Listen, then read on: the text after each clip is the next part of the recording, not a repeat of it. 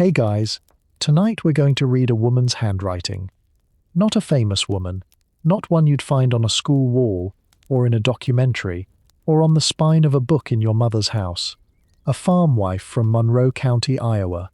In the spring of 1853, she climbed up into a wagon with her husband and 7 children and started west, and she took a pencil with her. She wrote nearly every day, 5 months and 8 days, about 160 entries, from the 9th of April to the 17th of September. Rain, tolls, dead oxen, the price of turnips, the name of every river she crossed, and exactly what it cost her family to get over it. And in all of that, in every one of those 160 entries, there's one word she never puts down. She was carrying a child the whole way, 2,000 miles of it, and she never writes it. The diary is real, by the way, and you can go and see where it lives. It sits in the special collections of a university library in Seattle, under an accession number, in a folder, next to a reel of microfilm.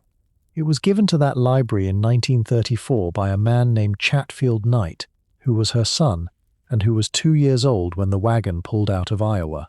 We'll come back to him. He's the last thing tonight, and he's the reason there's anything to tell. If these quiet histories help you sleep, subscribe, only if you genuinely enjoy what I do here. Tell me in the comments where you're listening from tonight, and what time it is where you are. Our 3 little books live at prairiesecrets.com. On a television, scan the code on your screen. On a phone, the links are in the description and the pinned comment. And if you drift off somewhere in Nebraska tonight, good, I'll keep watch. So, her name was Amelia Stewart Knight. She was born in Boston in January of 1817, the daughter of a man named Adam Stewart. She married Joel Knight in September of 1834. She was 17, he was 26. By the spring we're talking about, she'd been married 19 years and had 7 living children, and she'd buried none of them. For a woman of her generation, that was a run of luck she probably knew better than to name out loud. Joel was English. He was born in Sussex in 1808 and came over after his mother died. He made hats in New York, then sold hats in Boston to pay for medical lectures. So by 1853, he was Dr. Knight. That title's going to matter later, mostly for how little it buys him. They'd been 16 years in Monroe County, Iowa. The family always said Joel didn't like the climate there and wanted a healthier country. That's the reason that got handed down. And I'll give it to you the way it was handed down, because there's no letter in the world that says why a man decides in February that he's finished with a place. But we know what saying yes to it involved, because thousands of families did the same thing in the same years, and the shape of it is well documented. You sold. Not some of it. The farm, the standing crop if there was one, the stock you weren't taking, the furniture that wouldn't fit, the plough, the loom if you had one.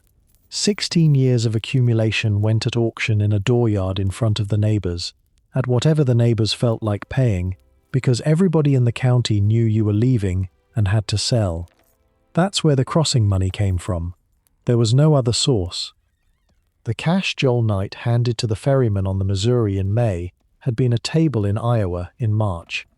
Then you bought oxen, which cost more every spring as the demand rose, wagons, and the good ones weren't cheap, 600 or 800 pounds of flour, bacon in barrels, tools for the far end, a rifle. And then, in the last week, you said goodbye, and this is the part that gets flattened in the retelling. Going to Oregon in 1853 was, for most people, permanent, not in the sense of difficult, in the sense of final. You weren't coming back for a wedding or a funeral. A letter took months and might not arrive at all. The people standing in that dooryard watching the wagons pull out were, in the ordinary run of things, never going to see you again. And everybody standing there knew it. Amelia Knight was 36 years old and 4 months pregnant, and in the first week of April she went round a room in Monroe County, Iowa, and said goodbye to people for the last time. She gave that 4 words on the 5th of May, once the Missouri was behind her, after bidding Iowa a kind farewell. That's what a kind farewell was. 19 years of a life sold at auction, and a room full of people she'd never see again, and 4 words. She was rationing something. She rationed it all the way to the Pacific. You'll hear that all night if you listen for it. The Mormon graveyard gets 1 line of pity and then the mileage. The Elkhorn gets a sentence about procedure. Her own fevers get 4 words each. The only 2 things in this diary that ever get more room than they strictly need are the price of a ferry and the death of an ox.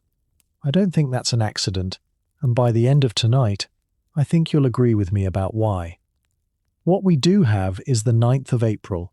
Started from home about 11 o'clock and travelled 8 miles and camped in an old house. Night cold and frosty. That's the whole entry. That's her first line. 8 miles and a cold night in somebody's abandoned house. And I want you to hold on to the ordinariness of it, because it's the last ordinary day this family gets for 5 months. Count who's in the wagons with her. Plutarch, 16, the oldest, named for a Greek biographer by parents who clearly had opinions about their children's futures. Seneca, 15. Francis, 13. Jefferson, 11. Lucy, 8. Almira, 5, who everybody calls Myra. And Chatfield, 2, who is called Chat, and who can't walk 20 miles a day, which means somebody is going to be carrying him. That somebody is his mother. And here's where you have to do a little arithmetic, because she isn't going to do it for you. Her 8th child was born a few days after the 17th of September. Count backwards from a September birth and you land in the previous December, or thereabouts, which means on the 9th of April, standing in the dooryard in Iowa, watching her husband hitch up, Amelia Knight was already about 4 months along. She knew. There's no version of this where a woman who has done it 7 times before doesn't know by 4 months. She started the diary anyway, she kept it every day anyway, and she never wrote it down. Now, I want to be careful with you here, because I think the careful version is better than the dramatic one. What I can tell you for certain is what's on the page. Read the printed diary end to end, and the words aren't there. Not pregnant, not expecting, not confinement, not baby, not one mention of a coming child until 8 words tacked onto the very last entry, in the past tense, after the journey is already over. What I can't tell you is what she meant by leaving it out. Nobody can. That part is a room we're going to stand outside of for the next 2 hours, listening. But the shape of it's visible from the very first week. Watch. The 14th of April, 5 days out. I have the sick headache and must leave the boys to get it themselves the best they can. Breakfast, she means. She can't make breakfast. The 18th of April. My head aches, but the fire is kindled, and I must make some tea. That's the pattern, and it holds for 5 months. The body appears in this diary constantly. It just never gets a reason attached to it. She reports the symptom and moves on to the weather, the way you'd report a broken axle. Meanwhile, the road itself is starting. April in southern Iowa is mud, not the picturesque kind, the kind that comes up to the hub, that makes 8 miles an achievement. That's to be got out of with chains and shoulders and other people's oxen. On the 11th, she writes that Jefferson and Lucy have the mumps, which means 2 of her children are feverish and swollen in a jolting wagon 3 days into a 5-month journey, and she notes it in 1 clause and then tells you about the road. On the 27th, they pay $2.40 to cross a bridge. I want to pause on that number, because it's the first entry in a ledger she keeps all the way to the Pacific, and it's one of the most useful things in the whole document. Amelia Knight writes down what things cost. Every ferry, every toll, every gouging riverman. By the end of it, you can reconstruct almost the entire cash outlay of a family crossing the continent in 1853, which is a thing historians would ordinarily kill for, and she does it casually, in passing, between the rain and the grass. $2.40 for a bridge, in a year when a farm laborer in Iowa might make $1 a day. They reach the Missouri River in the first week of May, and the Missouri is where the journey stops being a trip and starts being an event. The 5th of May. We crossed the river this morning on a large steamboat called the Hindu. after a great deal of hurrahing and trouble to get the cattle all aboard. One ox jumped overboard and swam across the river and came out like a drowned rat. $15 to cross. $15 in one payment to move one family and its animals a few hundred yards of brown water. And then, in the same entry, the line that tells you what kind of writer she is. After bidding Iowa a kind farewell, we travel about 8 miles and camp among the old ruins of the Mormon towns. A kind farewell. She's leaving the state she raised 7 children in, and she gives it 4 words and keeps walking. That's not coldness. That's a woman rationing something. The ruins she's camping in are Canesville and the settlements around it, emptied when the Latter-day Saints went west, and there are enough people moving through them that night that she writes, "Such a wild, noisy set was never heard." Canesville is worth a minute, because it explains the whole scene. 6 years before this, the Latter-day Saints came across Iowa in the winter, driven out of Nauvoo, and they stopped on the Missouri and built a town to winter in and then to outfit from.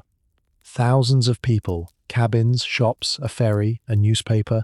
Then in 1852, most of them sold what they had and went on to Utah, and what they left behind was a working town with the population taken out of it, which the emigration promptly filled back up every spring. So what Amelia Knight is camping in, on the 5th of May, is an emptied settlement full of strangers from 4 states, with several thousand head of livestock in the bottoms and a queue for the ferry, and it sits at the exact point on the continent where the road east stops and the road west starts. That's the wild, noisy set. That's the last town. After Canesville, there's nothing anybody could honestly call a town for something like 1,000 miles. Forts, trading posts, river crossings run by men with boats. If somebody in your family got badly sick west of that camp, there was no doctor to send for, and no town to carry them to. There was whoever happened to be traveling near you that week, and what was in your own wagon. That's the condition every family accepted at the ferry landing. Amelia Knight accepted it 4.5 months pregnant. She camps in the ruins of it and goes on in the morning. The next day, the 6th of May, she passes the graveyard. We have just passed the Mormon graveyard. There is a great number of graves on it. The road is covered with wagons and cattle. Here we passed a train of wagons on their way back. The headman had drowned a few days before in a river called Elkhorn while getting some cattle across, and his wife was lying in the wagon quite sick, and children were mourning for a father gone. With sadness and pity I passed those who perhaps a few days before had been well and happy as ourselves. Came 20 miles today. Read that again, and notice the order. Graveyard, traffic, a drowned man, a sick widow in a wagon, children crying, and then the mileage. Came 20 miles today. That's how it ends. She looks at a woman lying in a wagon exactly like her own, being carried backwards toward a home she doesn't have a husband to return to, and she writes one line of real feeling, and then she records the day's distance and closes the entry. I keep coming back to that, because she isn't unmoved. With sadness and pity is her own phrase, unprompted, and it's one of the most emotional sentences in the entire document, but it gets one line, then the mileage. That's the discipline of the whole diary, and once you hear it, you can't stop hearing it. Amelia Knight is keeping a road log. She's keeping the family's account of the journey, the thing you hand across a table afterwards, and a road log doesn't have a column for how the writer feels or what the writer's body is doing. She's 4.5 months along at the Mormon graveyard. Now the traffic gets serious. 1853 is one of the crowded years. The precise count is argued over, and I'm not going to pretend to a number that historians still trade over in footnotes, but you don't need the number. You've got her eyes. The 8th of May, waiting to get across the Elkhorn. Still in camp waiting to cross. There are 300 or more wagons in sight, and as far as the eye can reach, the bottom is covered on each side of the river with cattle and horses. 300 wagons in one line of sight, both banks solid with livestock. And this isn't a river with a ferry on it. This is a river you have to take your entire life apart to get across. Here's how it's done. She describes it, and it's the clearest description of the procedure I know of. Then the wagons must be all taken to pieces, and then by means of a strong rope stretched across the river, with a tight wagon bed attached to the middle of it, and pulled backwards and forwards by some men in a canoe. In this way we have to cross everything a little at a time. Women and children last, and then swim the cattle and horses. There were 3 horses and some cattle drowned while crossing this place yesterday. Women and children last. She writes it flat, as procedure, because it's procedure. It's the order of operations. You send the goods first because the goods are what you're moving. You send the animals last because the animals can swim. And the women and the children go in the second to last load, in a wagon bed floating on a rope, over a river that drowned 3 horses the day before. Amelia Knight sat in that box, 4.5 months along, with a 2-year-old on her lap and a 5-year-old beside her, and men in a canoe hauling on a rope. And she wrote it down as a sentence about logistics. Now, I don't want you to think she was unusual in this. That's the thing about Amelia Knight that took me a while to sit with properly. She wasn't remarkable for being pregnant on the trail. She was ordinary. The historian who did the counting is Lillian Schlissel, who went through the overland diaries of 97 women and built the first real statistical picture of who was actually on that road. Her finding is that roughly 1 in 5 overland women was in some stage of pregnancy. 50 of her 97 were traveling with children, 191 children between them. 16 were pregnant or had just given birth on the crossing. 1 in 5. So in any train of 50 wagons pulling out of Canesville that spring, you could stand at the front and look back and know something without being told. A dozen of the women walking beside those wheels were carrying somebody. And Schlissel has one line about it that I think is the truest sentence anybody has written on the subject. One never knew for certain where labor might begin, in Indian Territory, or in the mountains, or in drenching rain. That's what these women were doing, not marching toward a birth in a bed with a due date penciled on a calendar, walking into a 5-month window where the thing might start anywhere, in any weather, at any distance from another woman's hands. Schlissel's other observation is the one that explains why nobody waited. Among rural Americans in the 1800s, she writes, pregnancy and coming birth weren't reasons to defer the decision to move, not when free land was sitting at the far end. That's the calculation the Knights made in Iowa in February. Joel wants a healthier country. There's land in Oregon. Amelia is pregnant. And the third fact doesn't get a vote, because if it did, no family would ever have gone anywhere. So she packed the wagons and got in. Here's the other thing I want to say about the silence in this diary, and then we'll leave it alone for a while and let the road do the talking. We've got a modern instinct that says a woman who doesn't write about her own body must be repressed, or ashamed, or forbidden. And that instinct might be right. It might also be completely backwards. Because look at what a diary was for in 1853, in a wagon, with 8 other people breathing 3 feet away. There was no privacy, none. Not 1 hour of it in 5 months. She wrote by firelight in the open, or in a wagon bed with children in it. Anyone could read what she'd written and probably did. And more than that, a trail diary in that period was frequently a family document with a job to do. It got sent back east. It got copied into letters. It got read aloud to the relatives who stayed. And then, decades later, it got read aloud to grandchildren. A road log doesn't have a column for the writer's body, because a road log isn't a private object. It's the family's account of a journey. So the honest reading, I think, isn't that she couldn't write it. It's that it wasn't the kind of fact this document was for. The pregnancy wasn't information about the road. It was the condition under which every single fact about the road was gathered. That doesn't make the silence smaller. It makes it bigger, because it means every ferry price, every mileage number, every dead ox in this diary was written down by a woman who was doing all of it while carrying a child, and who decided that wasn't the part worth recording. Hold that up against the next 4 months and see how it looks. That's the end of the first stage. Iowa's behind her, the Missouri's behind her, the elkhorns behind her, and ahead is the part everyone pictures when they hear the word trail, the long grass, the Platte, Chimney Rock, Fort Laramie somewhere out there in the haze. She's got 120 days left.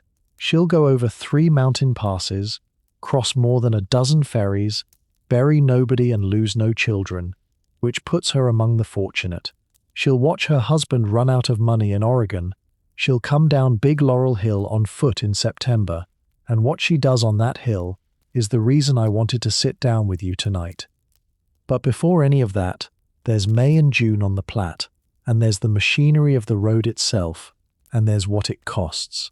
Not what it costs in the way we usually mean when we talk about the pioneers, what it costs in dollars, on paper, in her handwriting. Because the other thing Amelia Knight kept track of, all the way across, was money. Let's go look at the money. The Platte River Valley in late May is the easiest part of the crossing, and the part where the most people die. Both of those are true at the same time. The grade is gentle, the grass is decent, the river is right there beside you the entire way, and for weeks the wagons make good time. And it's precisely because everybody's making good time along the same water that the sickness moves the way it does.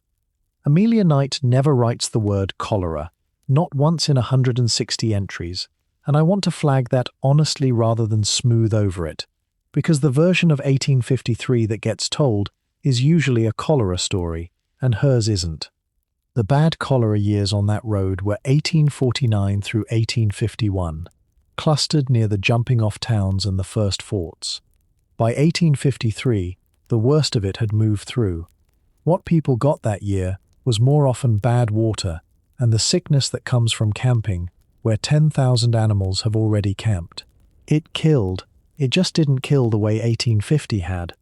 So what she records instead is water. The 6th of June, husband and myself being sick, caused, we suppose, by drinking the river water, we concluded to stay in camp and each take a vomit. Each take a vomit. That's the treatment. That's what a Boston-trained physician in 1853 does for his wife and himself when the Platte has got into them. And honestly, he isn't wrong by the standards of his day. He's simply working with nothing. And this is the first place where you notice what Joel Knight's medical training is actually worth out here. He can't do anything about dust. He can't do anything about a river everyone has to drink from. He can't cure the thing that's killing the oxen. He can set a bone, and he can bleed a man, and he can dose him with calomel. And none of those are the enemy on this road. The enemy is the water, the distance, and the animals giving out. A doctor isn't a useful profession on the Oregon Trail. A wheelwright is. A blacksmith is. A man who can shoe a lame ox in a hurry is worth 10 physicians, and on the 4th of July, we'll watch Joel Knight try to shoe one for the first time in his life. Meanwhile, the tolls keep coming. The 12th of May, $3 a wagon for 3 wagons, and swim the stock. The 27th of May, $3 a wagon. The 15th of June, $3 a wagon. And then the 29th of June, at Green River, which is the worst of it, $8 for a wagon, $1 a head for a horse or a cow. Do that arithmetic for a family with 3 wagons and a herd. $8, $16, $24 for the wagons alone before a single animal touches the boat. There's no competition at Green River in June. There's a boat and a man who owns it, and 2,000 miles of nothing on either side, and he knows exactly what he's holding. She writes the number. She doesn't editorialize. The number does it. But somewhere in that same stretch, she does let something out, and it's the closest thing to a complaint in the entire document. The 1st of June, raining all day. The men and boys are all soaking wet and look sad and comfortless. The little ones and myself are shut up in the wagons from the rain. Take us all together, we are a poor-looking set, and all this for Oregon. And then, alone on its own line, the sentence that got her quoted on a wall in a federal interpretive center 140 years later. I am thinking as I write, "Oh, Oregon, you must be a wonderful country." That's the joke. That's Amelia Knight's sense of humor, and it's dry as a bone, and it's aimed exactly where the voice on this channel aims it. Not at her children, not at her husband, not at anybody suffering, at the situation, at the absurdity of a woman sitting in a wet wagon in Nebraska with 7 children and a coming 8th, writing a sentence about how marvelous the destination had better be. She's 4.5 months along. She's making a joke. The last day of May gives you the traffic problem in one sentence. It was no fool of a job to be mixed up with several hundred head of cattle and only one road to travel in, and the drovers threatened to drive their cattle over you if you attempted to pass them. 98 degrees at 1 o'clock that day. 60 by evening after a thunderstorm. 25 miles made, camped within 100 miles of Fort Laramie. And on the 11th of May, one of my favorite lines she ever wrote, because it's a detail nobody would invent. It has been very dusty yesterday and today. The men all have their false eyes on to keep the dust out. False eyes, goggles. Every man in the train riding with glass over his face because the air is unbreathable, and she calls them false eyes, and you can hear the amusement in it, and behind the amusement you can hear that she doesn't have any. The dust becomes the villain here, not Indians, not weather, not disease. Dust. It's coming for her lungs and her children's eyes for another 3 months, and it gets worse every single week, and it's the one hardship in the crossing with absolutely no remedy at all. And since we're here, let's deal with the thing the movies put in the middle of this road, because Amelia Knight deals with it exactly once, and the way she deals with it is worth your attention. The 18th of July, somewhere past Fort Hall, tucked in a parenthesis, in handwriting she may have added later. I was very much frightened while at this camp. I lay awake all night. I expected every minute we would be killed. However, we all found our scalps on in the morning. That's it.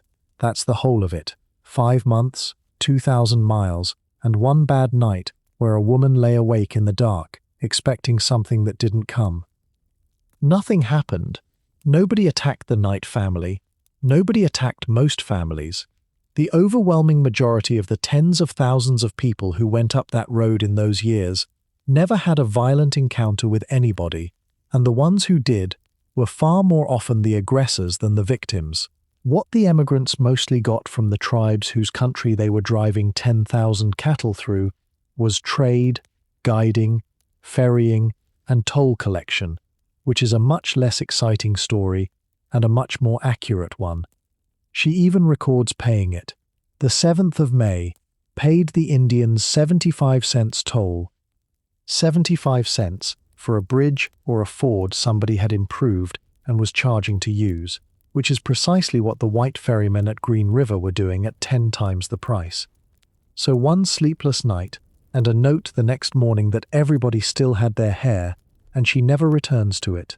She's got 160 entries, and the fear of attack takes up 2 sentences of one of them. Put that next to how much room the dust gets, or the grass, or the price of a ferry, and you have a fairly precise measurement of what actually frightened the people who were there. What frightened them was the arithmetic. Now the landmarks, because she passes them all and she barely stops. Fort Laramie is the great milestone of the first half. It's where you've done a third of it, where you can post a letter east, where you buy what you've run out of at prices that make your eyes water. She's within 100 miles of it on the 31st of May, and she gives the whole enterprise a shrug. There's no scene at Fort Laramie in this diary. There's a note about traffic and cattle and the price of things. Independence Rock, the great granite whaleback in central Wyoming where emigrants stopped and painted and carved their names by the thousand, is the closest thing the trail had to a monument, and people made a day of it. Amelia Knight isn't carving her name on anything in June of 1853. She has 7 children and a wagon and a schedule. And South Pass. South Pass is the whole reason the Oregon Trail exists.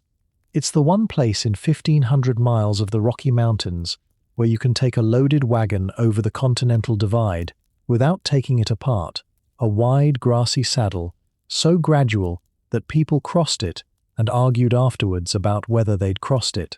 Everything west of that point drains to the Pacific. Everything behind drains to the Atlantic. It is, geographically, the most important gate in the American West. She does not mark it. I've read that stretch of the diary more than once looking for the moment. And what's there instead is grass and wind and cattle and whether there was water, which tells you, better than any statement of intent, exactly what this woman thought she was doing.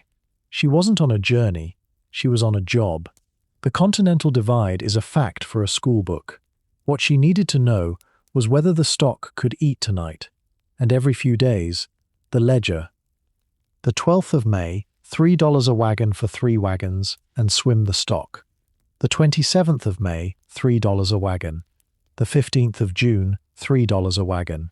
The 3rd of July, $1. The 5th of July, $1. The 12th of July, $2.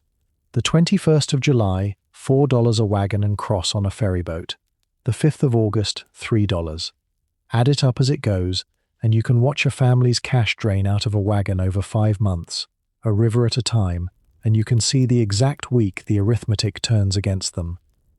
Let me total the part we can actually see.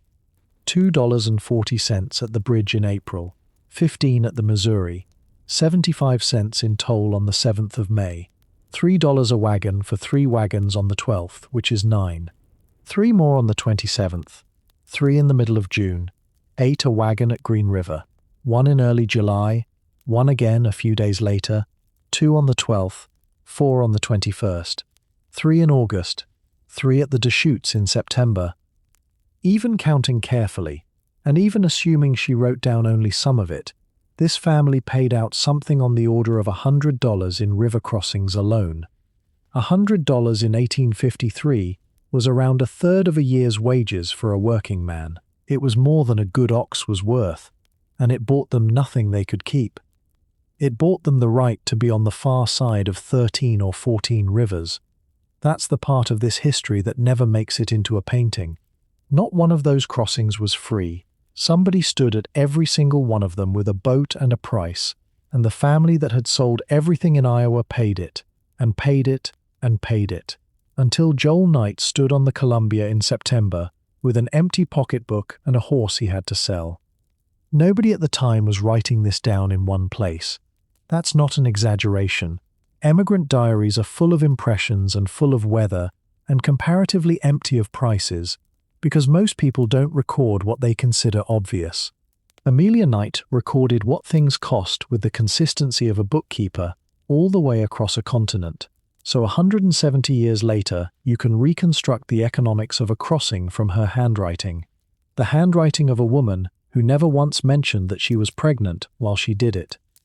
Let me tell you what a day actually looked like, because the diary lets you build one almost hour by hour, and once you've got it in your head, the rest of the summer makes a different kind of sense. Up before light. The stock's been out grazing all night under guard and has to be found, gathered, driven in, and yoked. Finding cattle at 4 in the morning in a river bottom with 300 other wagons camped along, it's exactly the nightmare it sounds like. Fires while that's happening. Amelia and Francis, who is 13, cooking for 11 people over a fire made of whatever's burnable, which past the Missouri increasingly means dried buffalo dung, because there are no trees. Bread, bacon, coffee, the children milking whatever cows are in milk. Everything packed, because everything was unpacked the night before. Then the wagons roll, and here's the part people get wrong. Almost nobody rides. Riding in an unsprung wagon over that ground is worse than walking, and the oxen can't afford the weight. So the family walks. The 16-year-old walks, the 13-year-old walks, the 8-year-old walks, the 5-year-old walks until she can't, and the mother walks with a 2-year-old who has to be carried whenever the ground is bad. 15 to 25 miles. Then nooning, an hour or two to rest the cattle. Then more miles, then camp, and camp isn't rest. Camp is the second shift. Unyoke, water, drive the stock out to grass, set the guard, gather fuel, build fire, cook, wash, mend, get 7 children fed and down. And then, at the end of that, by firelight or by the last of the daylight, a woman 4.5 months pregnant takes out a pencil and writes down the mileage and what the ferry cost. That's the thing I can't get past. Not the walking, the writing. She was tired enough that on some days she could not get out of the wagon, and she still wrote the entry. And there's one more thing in that book that almost nobody mentions, and I only know about it because it's listed in the library's description of what's in the folder. She copied out songs. The finding aid for the manuscript in Seattle says the journal contains transcriptions of song lyrics, not one, lyrics, plural, written into a trail diary somewhere between the mileages and the ferry prices. We don't know which songs. I've looked, and the printed version doesn't carry them, which is itself interesting, because it means whoever prepared that diary for the press in the 1920s decided the songs weren't the important part and left them out. But think about what it means that they're in the original at all. Somebody was singing, in the evenings or on the road, or in a wagon in the rain in Nebraska with 7 children in it. Somebody was singing, and Amelia Knight liked it enough to want the words. She used pages of a document she was rationing carefully to write them down. That's not a road log, that's a person. There's a habit, when we talk about the pioneers, of turning them into endurance and nothing else. The walking, the dying oxen, the graves. And all of that's true, and we've spent an hour in it tonight. But the woman keeping this diary also had a hand free at some point to take down the words of a song, and she thought that was worth the paper. I'd give a good deal to know what they were singing on the Platte. The 24th of May. I had the sick headache all night, some better this morning. The 27th of June. And this is the entry I'd put in front of anybody who thinks a trail diary is a dry document. Cold, cloudy, and very windy. More like November than June. I am not well enough to get out of the wagon this morning. And then, from inside the wagon, flat on her back, she writes down what her family sounds like. The men have just got their breakfast over and drove up the stock. It is all hurry and bustle to get things in order. It is, children milk the cows, all hands help yoke these cattle, the devil's in them. Plutarch answers, I can't, I must hold the tent up, it is blowing away. Hurrah, boys! Who tied these horses? Seneca, don't stand there with your hands in your pocket. Get your saddles and be ready. That is the only place in 160 entries where you hear the Knight family talk. She's too sick to sit up, so she lies in the wagon bed with the canvas cracking over her in a cold wind, listening to her husband shout at her sons about horses, and she writes it down word for word. It's funny, it's affectionate, it's the sound of a family holding together. That evening, 18 miles, camped on the Green River, waiting their turn for the ferry, no grass for the cattle, and the last 4 words of the entry. All hands discouraged. 4 words. And it's the only time in 5 months that she reports the mood of the whole company instead of the weather. She's 5 months along at Green River. There are 11 weeks left. And the road is about to stop being merely hard. Because after Green River the grass goes, and after the grass goes the animals start to die, and once the animals start to die, everything else follows from it. Here's a thing that surprises people about the Oregon Trail. Almost nobody was killed by anybody. The picture most of us grew up with, the circled wagons and the arrows, was a 19th century entertainment before it was a 20th century one, and it was never what the road actually was. The road was a logistics problem that killed you by attrition, water, distance, dust, and the failure of the animals that were carrying everything you owned. Amelia Knight's diary is the best kind of proof of that, because she isn't arguing, she's just recording. And what she records, week after week, from the end of June onward, is a slow mechanical collapse. The 28th of June. Nothing for the stock to eat. As far as the eye can reach, it is nothing but a sandy desert, and the road is strewn with dead cattle, and the stench is awful.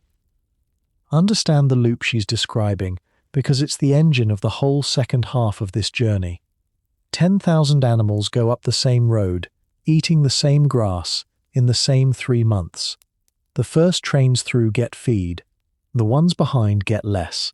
By July, the grass along the route is gone for miles either side, so the oxen weaken, and weak oxen pull slower, and slower wagons spend more days on the road, and more days on the road means more feed required, which there isn't. That's it. That's the trap. Every day you fall behind makes tomorrow harder, and there's no way out of it except forward. And the animals that fall out don't get buried. There's no time, no shovels to spare, and no reason. They're left where they drop, and the next 4,000 wagons drive past them in July heat. That's the smell she keeps mentioning. That's what her children are breathing. Between Green River and the mountains there's a stretch nobody makes films about, and it's where the crossing was actually decided. Roughly 700 miles of it. Down off the divide, past Fort Hall, then along the Snake River, across what's now southern Idaho. Sagebrush and lava rock and heat, and the river running below you in a canyon so deep that for days you can see all the water in the world and not get down to any of it. That's the cruelty of the snake. It's right there. You can hear it. And the walls are hundreds of feet of basalt, and the places to descend are few and known and crowded. And in between you are hauling what you carry. Then the Blue Mountains, then down onto the Columbia Plateau, and every mile of it in August with the grass gone. Amelia Knight goes through all of that in a handful of lines, because by then she's writing shorter. You can watch it happen. The April entries run long, full of observation and jokes and the price of things. By late July they contract to weather, distance, water, and who is sick. That's not a woman losing interest. That's a woman with nothing left by dark. And it's in this stretch, on the 18th of July, that she has the one bad night we talked about, and on the 14th and 15th that she has the fever, and on the 22nd that she nearly loses Chat, 7 months pregnant, in a lava desert, in July. The 22nd of July.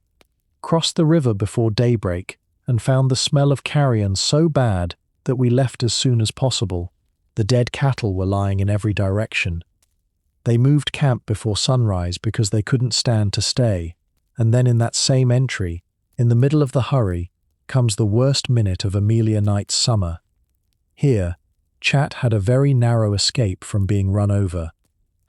Just as we were all getting ready to start, Chatfield, the rascal, came around the forward wheel to get into the wagon, and at that moment the cattle started, and he fell under the wagon.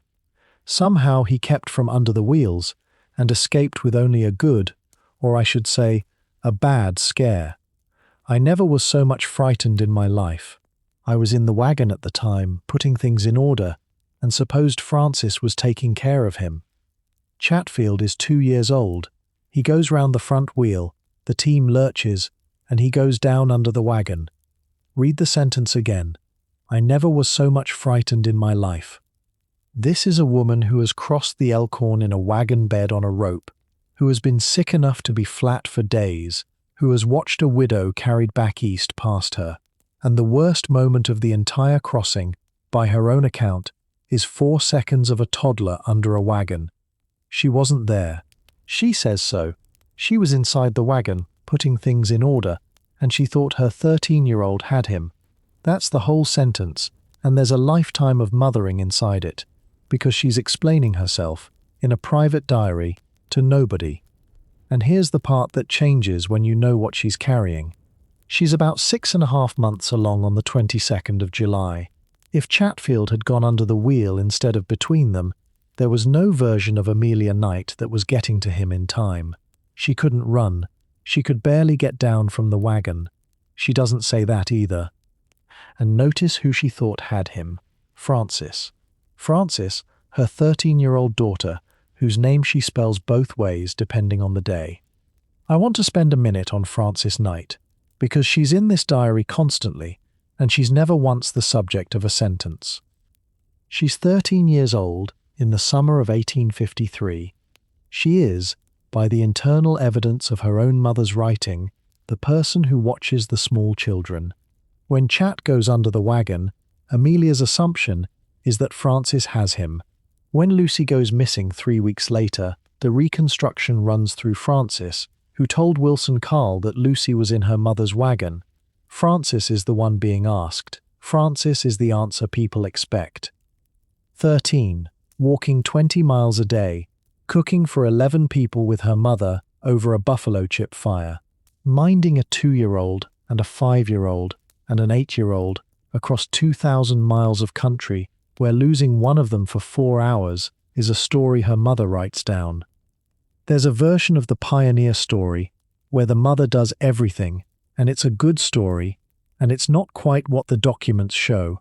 What the documents show is a household, and in a household with 7 children, the second in command is usually a girl of about 12 or 13, who is doing a woman's work and being paid in nothing.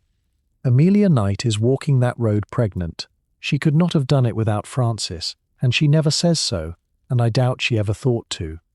Francis lived a long time. She married a man named Nathan Piercy, kept house, and died in Portland in the 1920s, having seen the country she walked into fill up with railroads and automobiles and telephones. She was 13 when she was responsible for keeping her baby brother out from under a wagon wheel, and she got him through. And 80 years later, there were still people in Oregon who knew her as a quiet old lady who had come over in '53. That's most of what happened to most of the people who did this. They got old somewhere green. Now watch the children, because from July onward they start going down one after another, and she logs every one of them like weather. The 3rd of May, back at the beginning. Here Plutarch is taken sick. The 4th of July, and this is a magnificently strange entry. It has been very warm today, thermometer up to 110, and yet we can see banks of snow almost within reach. I never saw mosquitoes as bad as they are here. Chat has been sick all day with fever, partly caused by mosquito bites. The men have been shoeing one of the lame oxen, the first one they have tried to shoe. The other one's foot is much too swollen.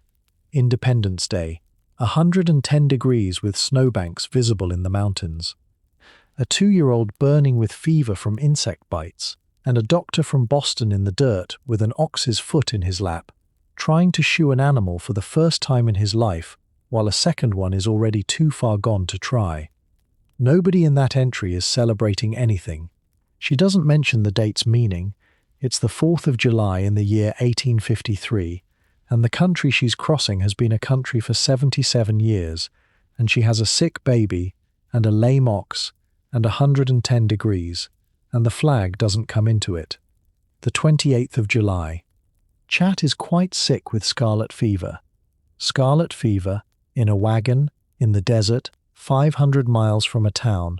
Scarlet fever killed children in comfortable houses in 1853. It killed them in Boston, with a physician on the stairs. She gives it 8 words. The 1st of August. Lucy and Myra have their feet and legs poisoned, which gives me a good deal of trouble. Poison oak or poison ivy or something like it, on the legs of an 8-year-old and a 5-year-old who have been walking barefoot or near enough through brush for 100 days. Weeping, itching, infectable, and the phrase is, gives me a good deal of trouble, which is the diary's whole emotional register in 6 words. Everything in this document is understated, except the money and the animals. Keep that in your pocket. It's going to mean something at Burnt River. But before the children, there's her. The 14th of July. I have not felt well today, and the road has been very tedious to me. Tedious, that's the word she picks. 6 months along, in the Snake River country, in July, and the word is tedious. The 15th of July, the next day, and this one is different. Last night I helped get supper, and went to bed too sick to eat any myself. Had fever all night and all day. Read the order of that sentence, because the order is the point. Last night I helped get supper. That comes first. She cooked. She got the meal for 9 people onto the fire and off it and into them, and then she went to bed too sick to eat any of it herself, and then she had a fever for a night and a day. She doesn't write, I was too ill to cook. She writes, I helped get supper, and then I was too sick to eat. Nobody was going to make her do that. There was a 13-year-old daughter and a 16-year-old son, and a husband with medical training standing right there. She got up and cooked anyway, because the alternative was to be a person who couldn't, and I don't think Amelia Knight had a category for that. Fever for a night and a day at 6 months pregnant, in a wagon, in July, at 100 degrees, 400 miles from anything. Any doctor now would put a woman in that condition in a hospital. Her doctor was lying in the wagon beside her with nothing to give her. She writes 2 sentences and moves to the mileage. Now the children. The 8th of August is the day she loses Lucy. They've got a 22-mile pool with no water in it, so they've filled every can they own, and they start early. And somewhere in that start, on the bank of the river they've just left, an 8-year-old girl is sitting watching wagons cross. Here we left, unknowingly, our Lucy behind. Not a soul had missed her until we had gone some miles, when we stopped a while to rest the cattle. Just then another train drove up behind us, with Lucy. She was terribly frightened, and so were some more of us when we learned what a narrow escape she had run. She said she was sitting under the bank of the river when we started, busy watching some wagons cross, and did not know we were ready. Now, the mechanics of how it happened, because she works it out on the page. And supposed she was in Mr. Carl's wagon, as he always took charge of Francis and Lucy, and I took care of Myra and Chat. When starting, he asked for Lucy, and Francis said, "She is in Mother's wagon, as she often went there to have her hair combed." There's the whole system in one sentence. Wilson Carl has the 2 middle girls. Amelia has the 2 little ones. Everybody's accounted for by whose wagon they belong to. And the system fails because Lucy has a habit of wandering over to her mother's wagon to get her hair combed. So when her sister is asked where she is, the honest answer and the true answer are different. They drove several miles before anybody noticed. It was a lesson to all of us. That's the entire moral she draws. 5 words, and then the entry closes with what I think is the loneliest sentence in the diary. It is near dark, and we are still toiling on till we find a camping place. The little ones have curled down and gone to sleep without supper. Wind high, and it is cold enough for a great coat and mittens. August. Cold enough for mittens. Children asleep without eating because there's nowhere to stop yet. She's 7 months along. 4 days later, the 12th of August, on Burnt River, the diary breaks its own rule. Came 12 miles today, crossed Burnt River twice, lost one of our oxen. We were travelling slowly along when he dropped dead in the yoke. We unyoked and turned out the odd ox and drove around the dead one, and so it is all along the road. We are continually driving around the dead cattle. And then this. And shame on the man who has no pity for the poor dumb brutes that have to travel and toil month after month on this desolate road. I could hardly help shedding tears when we drove around this poor ox who had helped us along thus far and have given us his very last step. His very last step. Stop there a moment. In 5 months of writing, through mumps and scarlet fever and poisoned legs and a child under a wagon wheel and a child lost on a riverbank and her own repeated collapses into the wagon bed, this is the only place Amelia Knight admits to crying. Not for her children. Not for herself. Not for the one she's carrying. For an ox.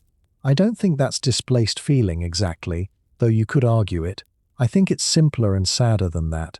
The ox is the only thing in her world she's allowed to grieve out loud, because grieving the ox costs the family nothing. Grieving anything else would be a crack in the wall, and the wall is what's getting 9 people to Oregon. So it comes out sideways. Shame on the man who has no pity. And she writes a eulogy for an animal, in a road log, in the middle of the worst month of her life. They drove around him and kept going. The 23rd of August. Very warm. Grass all dead. The dust is worse than ever today. I can hardly see the tongue cattle. The tongue cattle are the pair yoked directly to the wagon tongue. They are perhaps 8 feet from her face. And she can't see them. Think about what that means for a woman in the last 6 weeks of a pregnancy. Walking, breathing that. There's no relief. You can't stop, because stopping means the cattle behind you drive through you, and you lose your place in a line 4,000 wagons long. You can't ride, because the wagon is worse.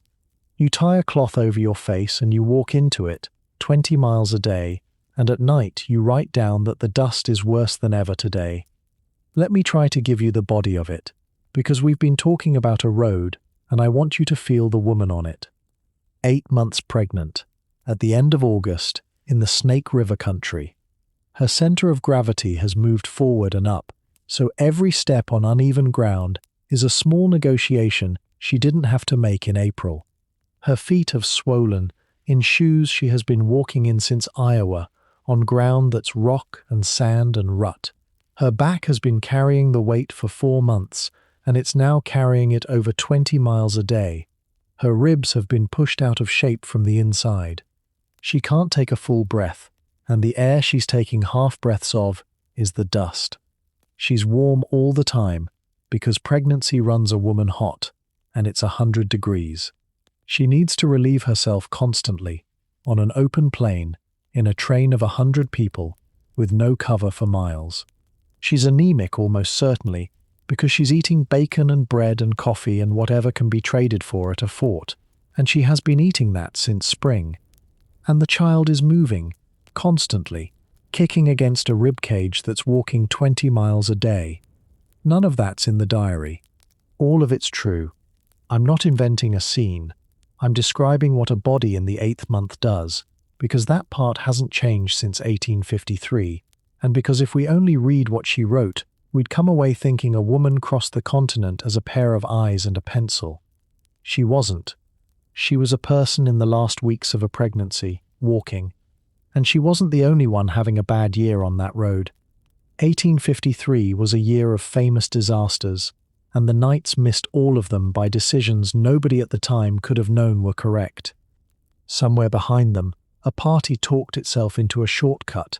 A man named Elijah Elliott persuaded several hundred people that there was a good road into the Willamette Valley across the middle of Oregon, a way that would save them the mountains entirely. There wasn't. What there was, by the time the census was taken that autumn, was 615 men and 412 women and children lost in high desert. No water, no track.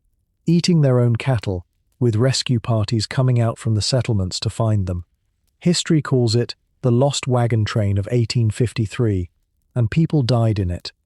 North of that, another party went at the Cascades from the other side, over Natchez Pass, on the promise of a road that had been surveyed but not built.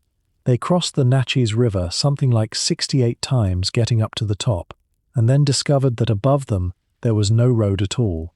They lowered their wagons down a cliff on ropes made partly of the hides of their own slaughtered oxen. That's the year. That's the company Amelia Knight is keeping, and the reason her crossing reads as merely brutal instead of catastrophic is that Joel Knight kept to the known road and paid the tolls.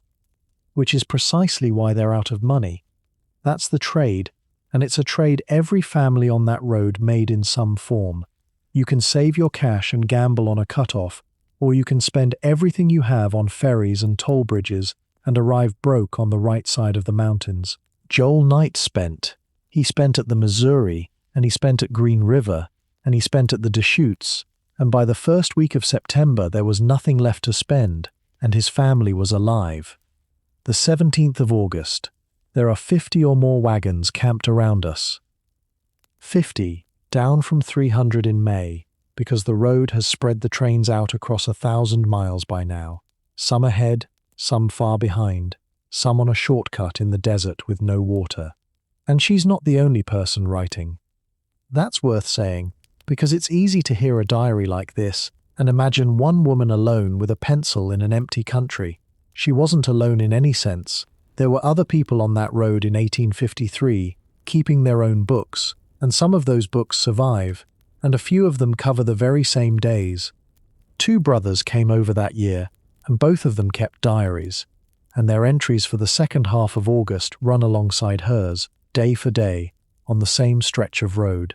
You can lay the pages side by side. Now, I haven't sat down with those diaries myself, so I'm not going to quote you a line from them and pretend. What I can tell you is what people who work in this field say about the difference between the trail books kept by men and the ones kept by women, because it is one of the most consistent findings there is. The men's diaries are, broadly, a record of the country, distances, terrain, the quality of the road, the game, the prospects, the grass, arguments in the company, the weather as it affects travel. They are, in a real sense, scouting documents, written partly for whoever comes next. The women's diaries are a record of the household on the move: who is sick, what was cooked and out of what, which child wandered, what the ferry took out of the money, who was buried, and what the grave looked like, and whether anybody would find it again. Neither is better. They're different jobs, but it means that if you want to know what it cost a family to cross the continent, in every sense of the word cost, you want the women's books, and there are far fewer of them, because far fewer women had the hours. Amelia Knight had precisely as few hours as any of them, and she wrote anyway, and she happened to write both, the country and the household, the grass and the grief and the going rate for a ferry. That's why she's quoted in the guidebooks. Not because she was a famous person, because she was a reliable one. The 28th of August. It will be 22 miles before we get water again. And then the money runs out. The 3rd of September. Joel Knight, out of cash, sells his sorrel mare Fan for $125. Here's what that means. Fan is a saddle horse.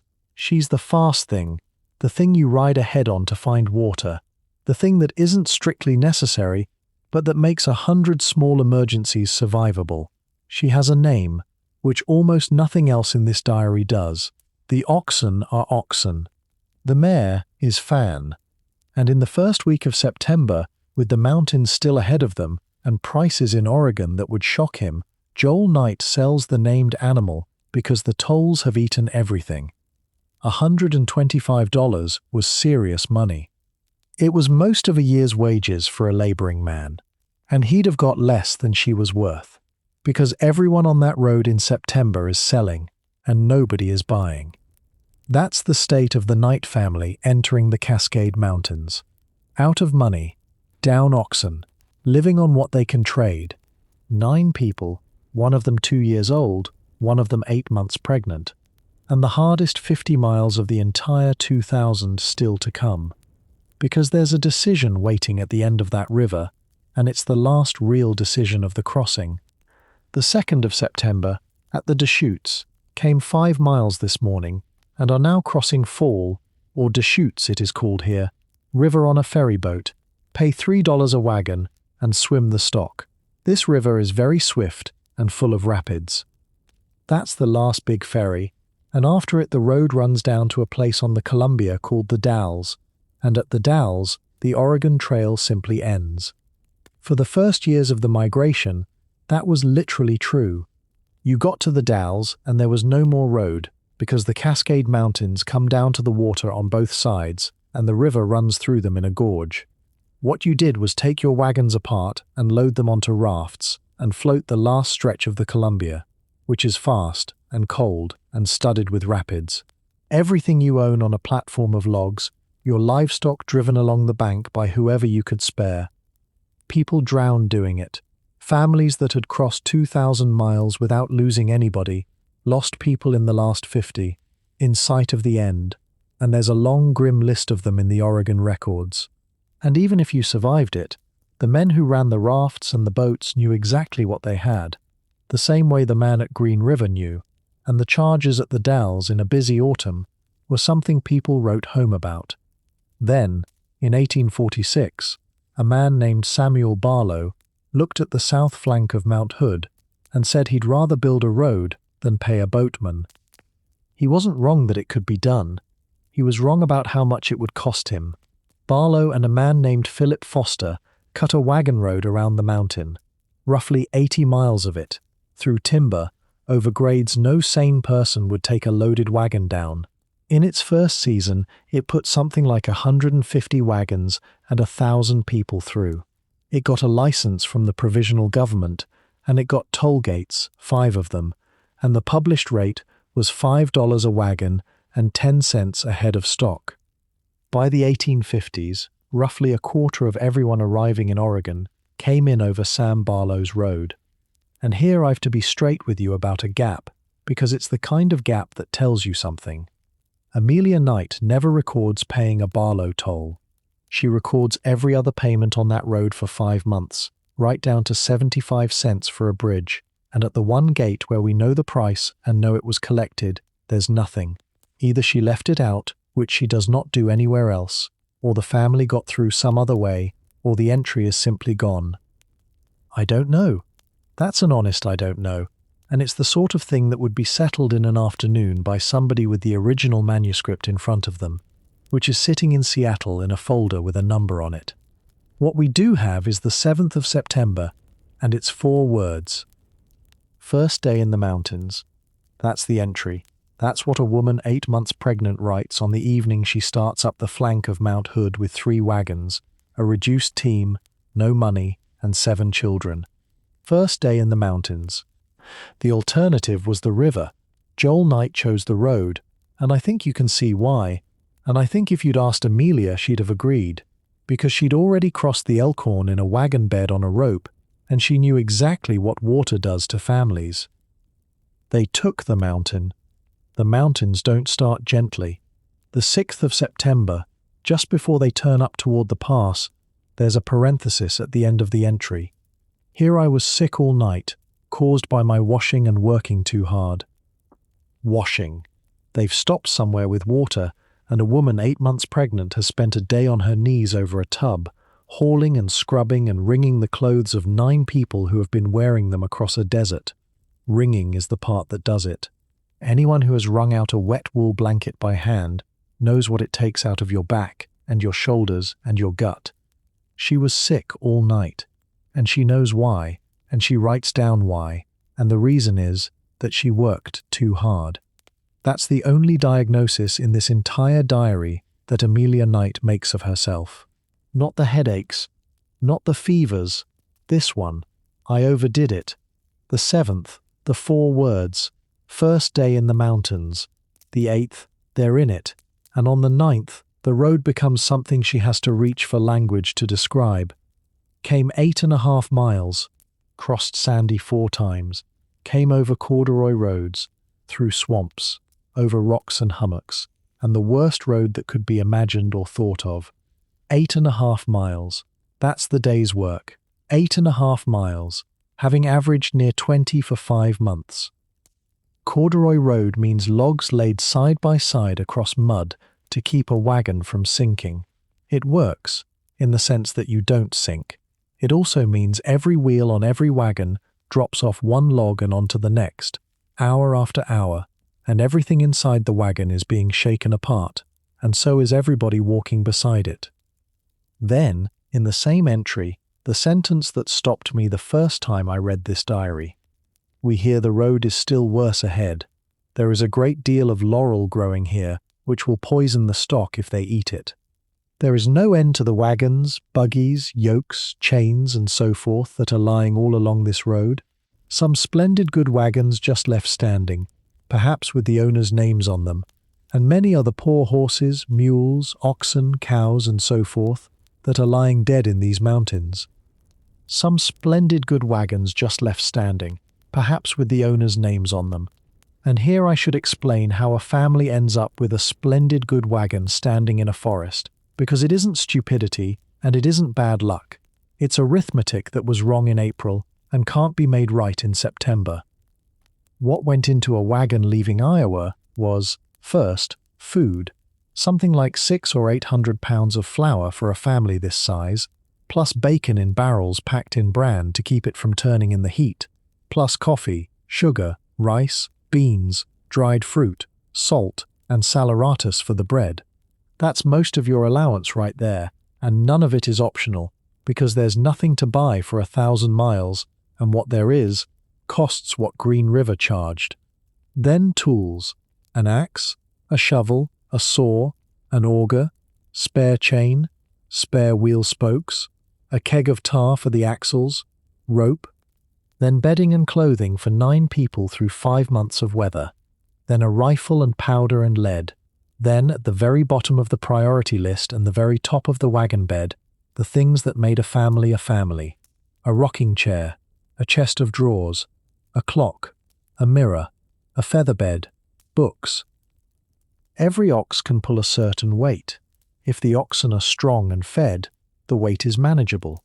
If the grass has been eaten by 10,000 animals ahead of you, and your team has lost a quarter of its condition by July, the same weight is now too much, and the difference has to come out of the load.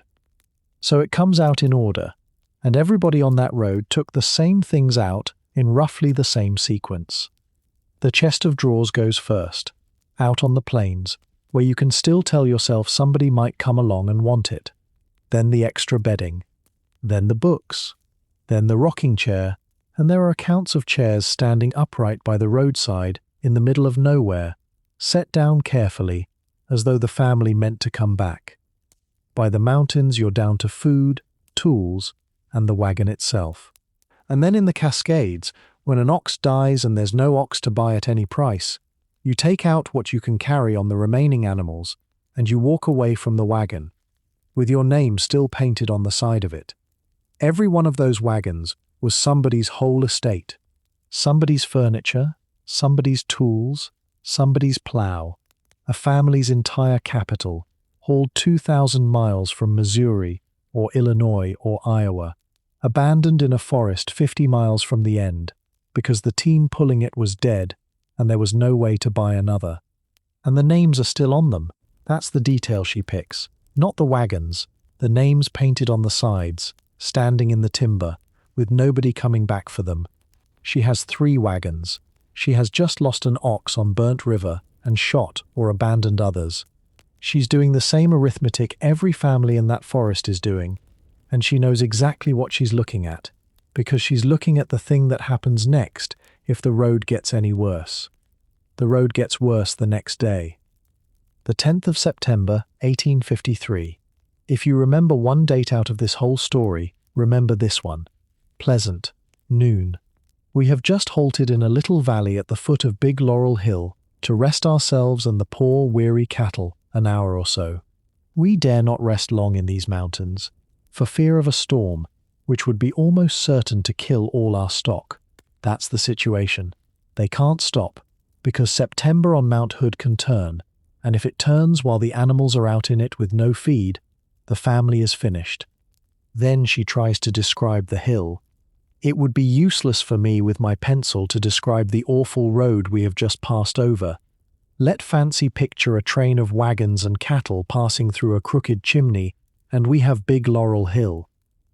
A crooked chimney, that's her image, invented on the spot, at the foot of the worst grade in the American West, by a woman who has been writing in pencil for 154 days. And listen to the modesty in it. It would be useless for me with my pencil. She is apologizing, in her own private diary, for not being a good enough writer. She was a very good enough writer. Here's the rest of it. After descending several bad hills, one called Little Laurel Hill, which I thought is as bad as could be, but in reality, it was nothing to this last one called Big Laurel.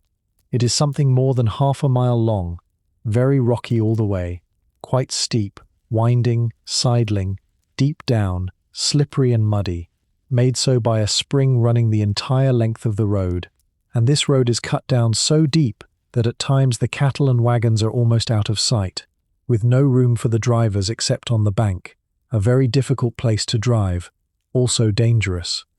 Take that apart, because every clause in it's a separate problem. More than half a mile long, very rocky, quite steep, which in that country and that year means a grade of around 60%, a slope you would slide down on foot in dry weather. Winding, so you cannot see what's below you. Sidling, which means the road is tilted across its width, so a loaded wagon is always trying to roll over sideways. Deep down, cut so far into the mountain that the wagons and the oxen disappear below the level of the bank, and there's no room on the road for the men who are driving them. They have to walk on the bank above and manage the team from up there. Slippery and muddy, made so by a spring running the entire length of the road, not rain, a spring. The mountain is producing water into that chute continuously, and has been all summer, which is why it's mud in September in dry weather. That's the hill. Wagons were lowered down it on ropes wrapped round trees, and you can still find the trees with the rope scars in them. And it wasn't one hill, quite. That's a thing you only learn if you go and look at what the trail people have mapped. The road down Laurel Hill destroyed itself. Every season, Hundreds of wagons dragging their locked wheels down the same track cut it deeper. The spring water ran down the cut and turned it into a trough. Eventually the trough got so deep and so wrecked that nobody could use it at all. So the road builders would go into the timber beside it and cut a new one. There are several of these, and the trail historians number them. Chute 1, Chute 2, Chute 3. Successive attempts, cut over about 20 years, each one abandoned when it became impassable, each one still visible in the forest today as a groove running straight down the mountain that nothing grows in properly. And when the Oregon Trails organization put together its field guide to Laurel Hill and needed a description of what Chute 3 was like to come down, the eyewitness they printed was Amelia Knight. Her entry for the 10th of September 1853 is the authority. A woman nobody has heard of, describing a place she had no training to describe, in pencil at a noon halt while her family got ready to move. Let fancy picture a train of wagons and cattle passing through a crooked chimney. They put it in the book because 170 years later, nobody has said it better. And then, because this is the Oregon Trail and not a story, there's traffic.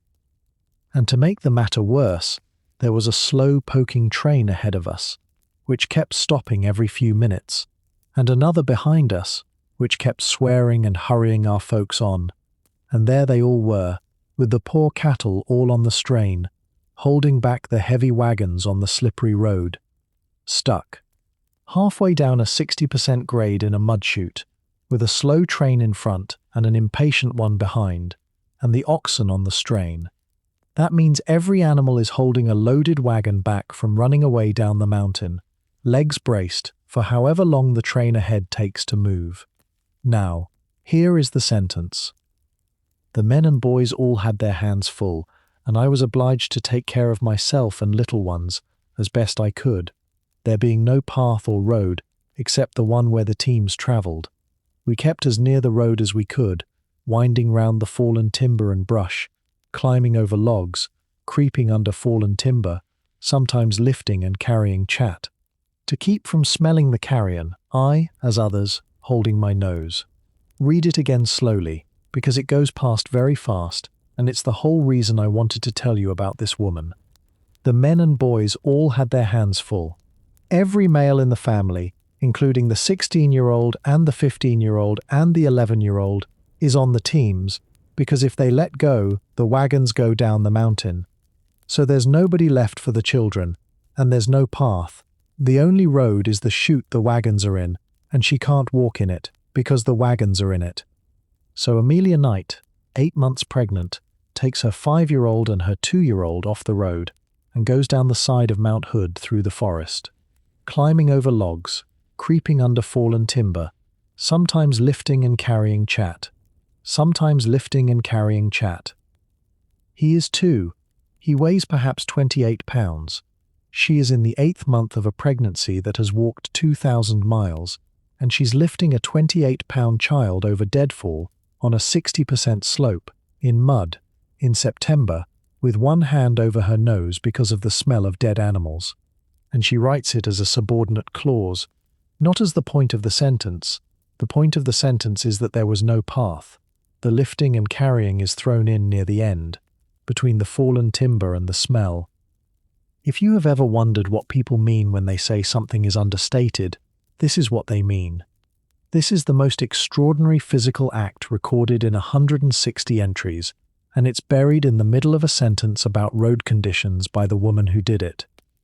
And then the entry breaks off, and it breaks off in the most Amelia Knight way possible. Must quit, as all hands are getting ready to travel again. She's writing this at the noon halt, in the middle of the descent. She has stopped in a little valley at the bottom of a mountain to rest the cattle for an hour, and she has taken out her pencil to record the road, and now the train is moving and she has to go. That's a woman who has an appointment with a piece of paper and keeps it. The entry resumes that evening. Came 10 miles today, crossed Sandy River once, and have camped by it about dark, fed the stock flour, and cut down alders for them to browse on. Nothing else for them, poor things. Kept them yoked and tied all night. fed the stock flour. That's the family's own bread flour, bought at 20 cents a pound 3 days earlier, going into the oxen, because there's nothing else, and the animals will not last the night without something. They are eating the family's food, and the family is chopping down alder trees so the cattle can chew the leaves. Kept them yoked and tied all night. Nobody unhitched anything. Nobody was sure they'd get them hitched again. And then, in a parenthesis at the very end of the day, the last thing she writes on the 10th of September, "There I was sick all night and not able to get out of the wagon in the morning." That's the day. That's big Laurel Hill. She came down it on foot, carrying a toddler over logs, made 10 miles, watched the family's flour go into the oxen, and then lay in the wagon bed all night sick and couldn't get up the next morning. She is 1 week from giving birth. The 11th and 12th of September are more of the same, more mud, more descent, and then on the 13th they come out of the mountains. Ascended 3 steep, muddy hills this morning. And then, at last, prices, because the first thing that happens when you arrive somewhere is that somebody tells you what things cost. Paid $1.50 per hundred for hay. Price of fresh beef 16 and 18 cents per pound. Butter the same, $1. Eggs $1 a dozen. Onions $4 and $5 per bushel. All too dear for poor folks, so we have treated ourselves to some small turnips at the rate of 25 cents per dozen. All too dear for poor folks. That's the Knight family's arrival in the promised country. Eggs $1 a dozen. Onions $4 a bushel. Joel sold his horse 10 days ago, and they cannot afford an onion. So they treated themselves to turnips. 25 cents a dozen, and she uses the word treated, and I don't think there's a trace of irony in it. After 5 months of bacon and bread and coffee and dust, a dozen small turnips is a treat. And then the arrival itself, and it's not what anybody was promised. Crossed Deep Creek and having camped on the bank of it, a very dull-looking place, grass very scarce.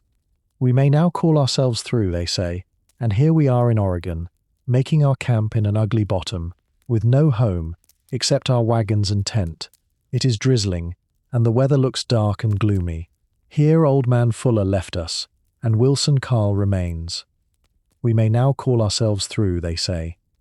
They say, somebody has told her the journey is over.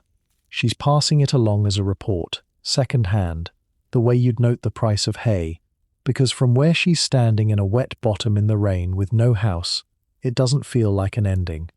2,000 miles. 5 months and 4 days, 9 people, all of them alive, and her sentence for it's that they're camping in an ugly bottom with no home except their wagons and tent, and it's drizzling. The "Oh, Oregon, you must be a wonderful countrywoman" has arrived in Oregon.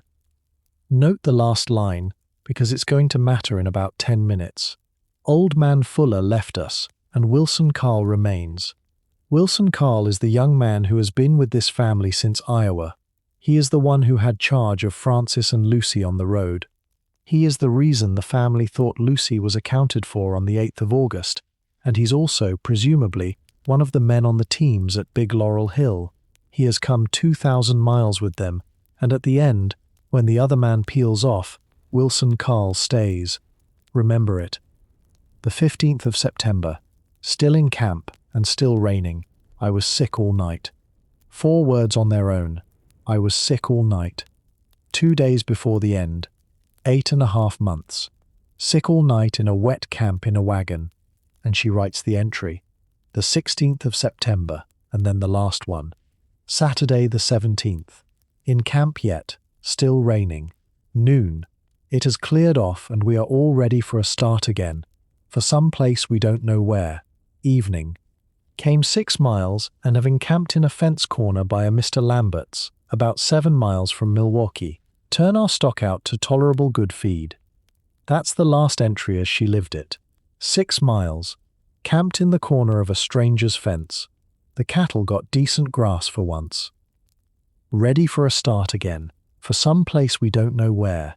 5 months of walking to Oregon, and they have arrived in Oregon, and they still don't know where they are going. because they have arrived without a destination, which is what arriving actually looked like for most of the people who did this. And then the writing changes. A few days later, my 8th child was born. After this, we picked up and ferried across the Columbia River, utilizing skiff, canoes, and flatboat to get across, taking 3 days to complete. Here, husband traded 2 yoke of oxen for a half section of land with 1/2 acre planted to potatoes and a small log cabin and lean-to with no windows. This is the journey's end. And then one word, on its own. Finis. Finis. The end. She wrote it in Latin, which is either a joke or 160 days of tiredness, and I've decided I don't need to know which. Now let's look at those 8 words properly, because they're the reason we're here, and they deserve to be handled honestly. A few days later, my 8th child was born. First, the obvious thing, which nobody seems to say out loud, that passage can't have been written on the 17th of September.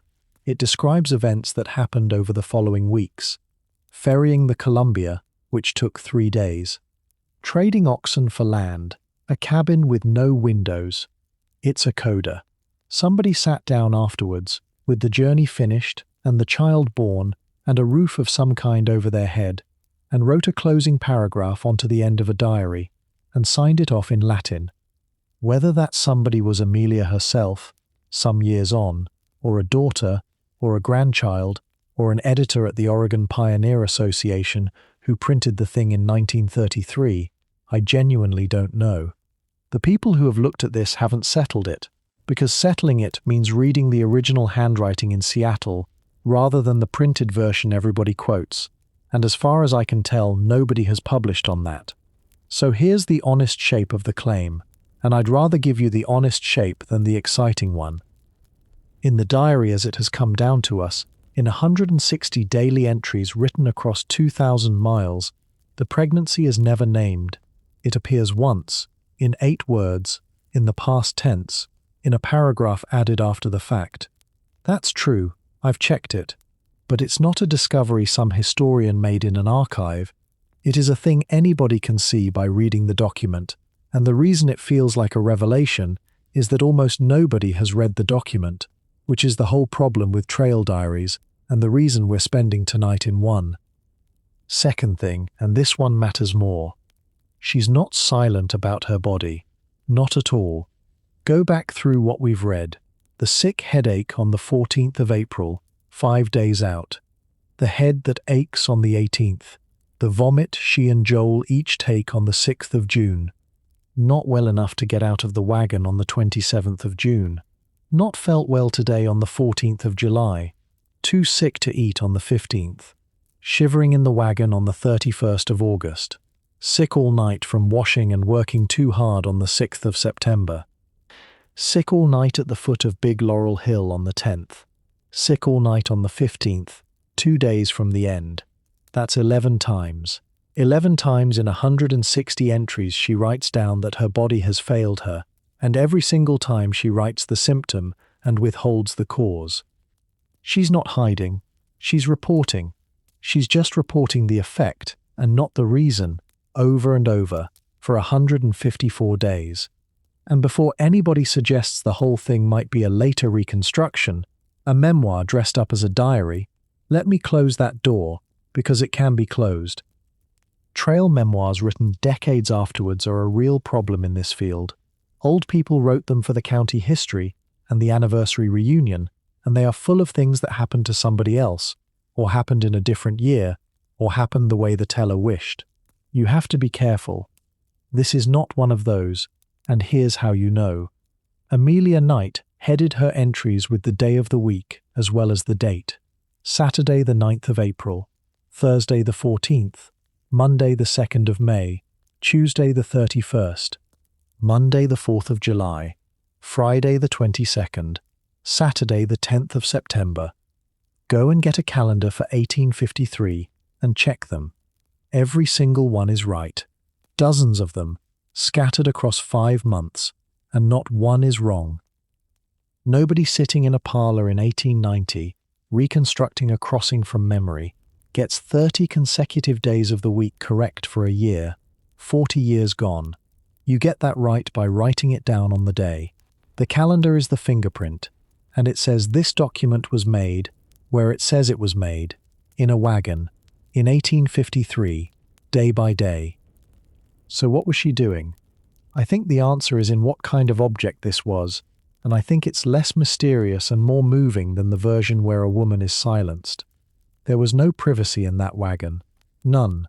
Not 1 hour of it in 5 months. She wrote by firelight in the open with a dozen people within earshot, or in a wagon bed with children in it. Anybody could pick that book up.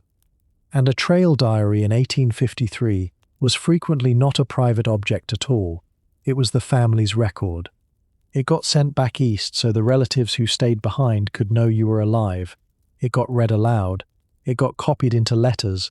And then, in the fullness of time, it got read to grandchildren, and eventually a son handed it to a university, which is exactly what happened to this one. A road log has columns for distance, weather, water, feed, and cost.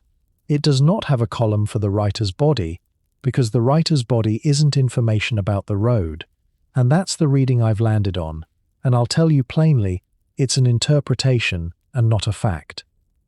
She didn't leave the pregnancy out because it was small. She left it out because it wasn't the subject. It was the condition.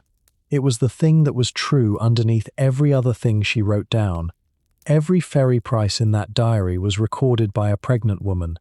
Every mileage figure. Every dead ox. Every dollar Joel handed over at Green River. The whole document was produced under it. You don't write down the weather inside your own skin. You write down the road. Which means the silence isn't an absence in this diary. It's the diary's foundation. Take it out, and the 160 entries are the record of a hard crossing. Put it back, and every single line changes weight. Go back to the very first one.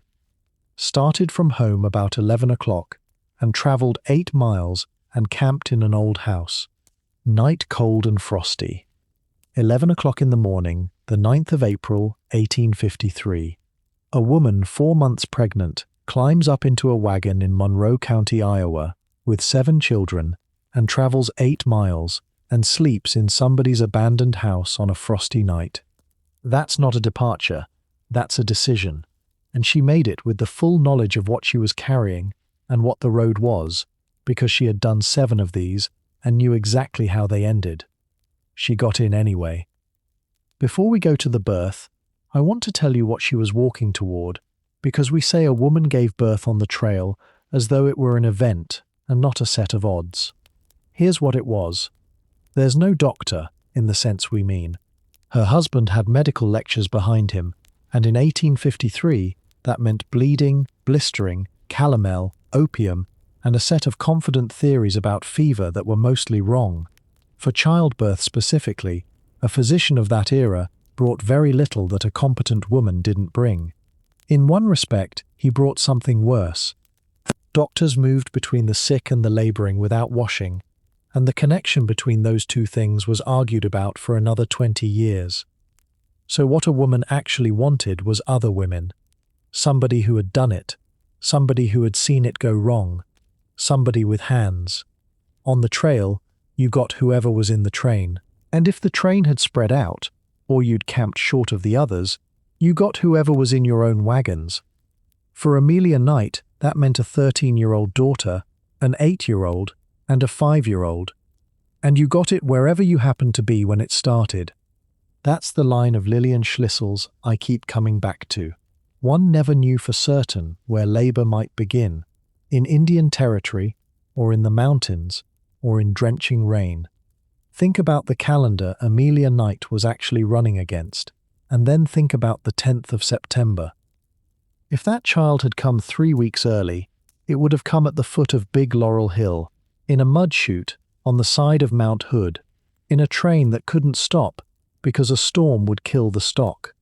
If it had come 2 weeks early, it would have come in a camp in the mountains, with nothing for the animals to eat and the family feeding them flour. It came, as far as we can tell, in the 4th week of September or thereabouts, in a settled place, with a roof of some kind nearby and other households within reach, which is to say, It came at almost exactly the first moment in 5 months when it was survivable. She got across the mountains first. Whether that was luck, or whether a woman in the 8th month can push a thing along by refusing it, I have no idea, and neither does anybody else. And there is one more thing worth saying about what happened after, because it's the part the endurance stories skip. What happened after was more work. Immediately. There was no month in bed, no confinement in the drawing room sense, no one to take over. Schlissel found trail women getting up and traveling the next day, mothers and babies going right along with the rest. Amelia Knight's own family, within days of that birth, took 3 days to ferry themselves and their animals across the Columbia River in skiffs and canoes and a flatboat. Days after delivering her 8th child, she crossed the Columbia in a canoe. The child was born in October of 1853, somewhere near Troutdale, on the wrong side of the Columbia from where the family would end up living, a boy. They called him Wilson C. Knight in the family record, Wilson Carl Knight on the stone. And I want to be careful here, because this is inference and not documentation, and I'd rather flag it than let it slide past you as fact. But look at what we know. Wilson Carl came out from Iowa with this family. He had charge of Francis and Lucy on the road, all the way across. He was one of the people on the teams at Big Laurel Hill, and on the 13th of September, in the last week, when Old Man Fuller peeled off and went his own way, Amelia Knight wrote 4 words about it. Wilson Carl remains. 4 or 5 weeks later she had a son, and the son's name was Wilson Carl.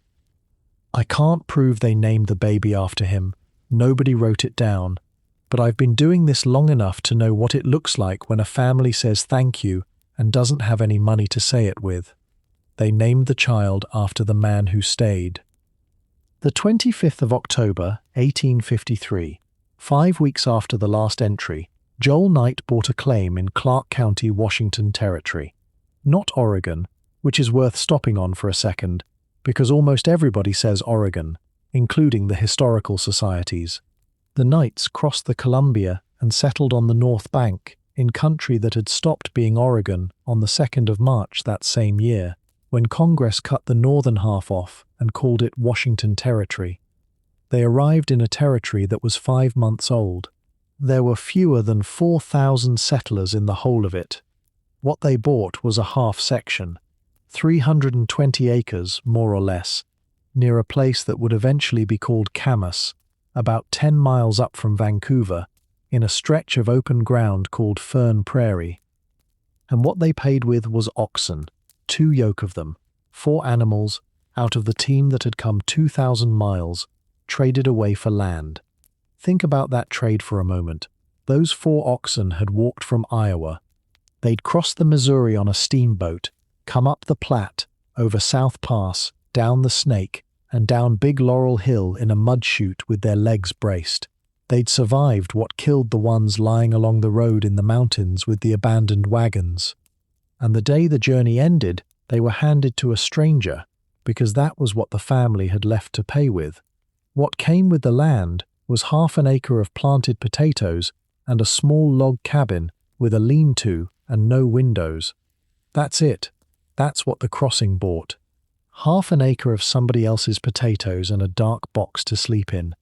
Amelia Knight was 36 years old. She had 8 children, the youngest of them a few weeks old, and a house with no windows, going into a Pacific Northwest winter, in a territory that had existed since March. Let me tell you what that country was, because it isn't what the word Oregon puts in your head, and it isn't the prairie either. Prairie sits back from the north bank of the Columbia, a few miles up from where the river comes out of the gorge.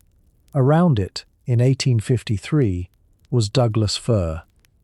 Not woodland, forest, of the Pacific Northwest kind, trees 6 and 8 feet through the trunk, standing so close and so tall that the light on the ground is green at midday. A family from Iowa, arriving in that in October, with winter coming, was looking at something they had no reference for. In Iowa you cleared brush and broke sod. Here, making a field meant taking down trees that a man with an axe could work on for a week. and then dealing with the stump, which didn't come out, and which people farmed around for a generation. And then the rain. The Willamette and Lower Columbia country gets its weather from the Pacific in a long grey wet from October to May. Not the cold of a Dakota winter, a different thing. Months of it, in a cabin with no windows. That's what the half-acre of somebody else's potatoes was up against. They made it work. The Knights farmed there and stayed there, and the place they were living in eventually became the town of Camas, which in time got a paper mill on the river and a proper main street, and the fields the family cleared filled up with other people's houses. 2 years later she had the 9th, a boy called Adam, born in Clark County in 1855, named presumably for her father back in Boston. And then, as far as the record goes, the extraordinary part of Amelia Knight's life is over, and the ordinary part starts, and the ordinary part takes 45 years. Joel farmed. He served a term in the territorial legislature at some point, which tells you the neighbors thought well of him. The obituary notice, the Pioneer Association printed later, praised his integrity of purpose and conduct, which is the sort of sentence people wrote when they meant a man had paid his debts. The children grew. Plutarch, the oldest, the one named for the Greek biographer, went to Willamette University and was admitted to the bar in 1863. He edited a newspaper, the Oregon Statesman. He became a congregational minister, and he founded a school for deaf children in Salem, which he eventually handed over to the state, and which outlived him. The boy who was 16 and driving oxen in a mud chute in 1853 spent his adult life teaching children who couldn't hear. Seneca farmed and raised stock. Francis married Nathan Piercy. Jefferson farmed. Lucy, the girl left sitting on the riverbank on the 8th of August, married a man named Wintler. Myra married a man named Patterson. Chatfield became a carpenter and a horticulturist, a man who built things and grew things.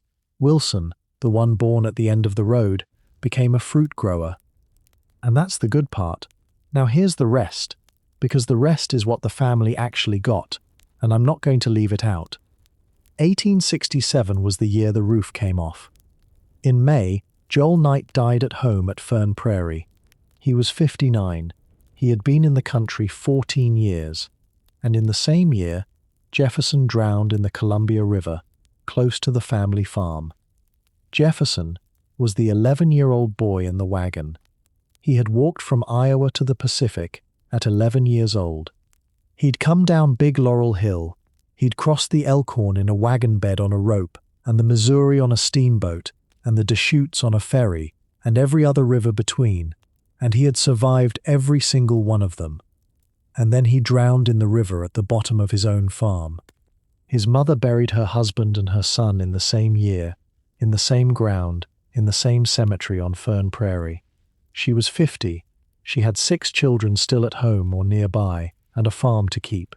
6 years later, in 1873, Seneca died. He was about 35. 4 years after that, in 1877, Lucy died. She was 32. Lucy, the little girl who sat down under the bank of the river on the 8th of August, 1853, to watch the wagons cross, and looked up and found her family gone, who was brought up terribly frightened by a stranger's train some miles later, whose mother wrote, "It was a lesson to all of us." 32 years old. And in 1886, Wilson died, the 8th child, the one she carried across the continent without ever writing him down. He was about 33. She outlived him by 12 years. She lived long enough to watch the road she came in on stop existing. That's not a figure of speech. In the spring of 1853, getting a family from Iowa to the Columbia took 5 months and 8 days, 3 wagons, a herd of oxen, $100 in ferry money, and everything a woman had. It was the only way to do it. 16 years later, in 1869, they drove the last spike at Promontory Summit, and you could cross the continent by rail. 14 years after that, the Northern Pacific came through to the Pacific Northwest, and by the 1880s, a person could get from the Missouri River to the Columbia in something under a week, sitting down, indoors, eating meals somebody else had cooked. Amelia Knight was alive for all of it. She was in her 60s when the trains reached her country. She was living 10 miles up from the Columbia, on a farm she had walked to, and the whistles were audible from the river. I've thought about that more than I probably should have. There is no letter about it. She left one document, and it stops in 1853, so I don't know what she thought when the first train came through, and I'm not going to invent it for you. But I know what she knew because she wrote it down. She knew what the Elkhorn cost and what it took to cross it. She knew what a corduroy road does to a wagon. She knew what an ox looks like when it drops dead in the yoke after 2,000 miles. And she knew the smell in the Cascades in September. And she knew the exact feeling of coming down Big Laurel Hill on foot with a 2-year-old in her arms and a child a fortnight from being born. And within one lifetime, hers, all of that stopped being necessary. Nobody after about 1880 had to do what she did to get where she went. The road filled in with grass. The chutes on Laurel Hill grew over. The ferrymen went out of business one by one as the bridges came, and the toll gates on Sam Barlow's road were eventually taken down, and the road was sold to the state for $1. That's the thing about the overland generation that I find hardest to hold. They did the most difficult physical thing Americans of that century did, and they did it in a window about 30 years wide, and then it closed. Their children took the train, which is, when you think about it, exactly what they were trying to accomplish. Nobody walks 2,000 miles so that their grandchildren will have to. Joel Knight traded 4 oxen for a half section and a windowless cabin, and the boy born at the end of that road grew fruit. The boy who fell under the wagon became a carpenter. The 16-year-old on the team at Laurel Hill went to a university and started a school for deaf children. They got that, all of it. That's the return on the crossing, and it came in. It just cost more than anybody wrote down. Amelia Stewart Knight died on the 25th of January, 1898, at Fern Prairie, in Clark County, Washington. She was 81 years old. She had been in that country 44 years. She had come into it in a wagon, at 36, in the rain, with no home except a tent, and she left it as an old woman on a farm she had spent most of her life on, 10 miles from the river that took Jefferson. She's buried in Fern Prairie Cemetery, beside Joel, who had been waiting for her there 31 years. There's a photograph of her. It's in the Clark County Historical Museum, a studio portrait, the kind people had made in the last decades of the century. I've looked at it more than once. You'd never guess. That's the honest reaction. It's a face like any number of faces in any number of American albums from the 1880s. An older woman in dark clothes, hair pulled back, sitting very straight for the camera, the way people did when a photograph was an occasion. Nothing in it says 2,000 miles. Nothing in it says Big Laurel Hill. It's just a woman having her picture taken, and that's exactly the point, because that's what almost all of them looked like afterwards. Which brings us to how any of this survived at all, and it survived because of an old people's club. Every summer from the 1870s onward, the men and women who had come over the plains met in Portland. The Oregon Pioneer Association, they called it, and to be a member you had to have arrived before a certain year, which meant the membership was a slowly closing door, and everybody in the room knew it. They had a reunion and a dinner and a set of speeches, and then they printed the whole thing in a volume called The Transactions, and along with the speeches they printed documents, diaries, letters, reminiscences, whatever the old emigrants had brought along or sent in. You can picture the arithmetic in that hall. In 1875, the room is full and loud, and everybody has a crossing. By 1900, it's thinner. By the 1920s, there are a handful of very old people left who actually walked it as children, and the association is largely being run by their sons and daughters. The Knight Diary was printed by that association in the volume for the annual reunion of 1928, which actually came off the press in 1933, because the world had other things on its mind between those two dates, about 15 pages.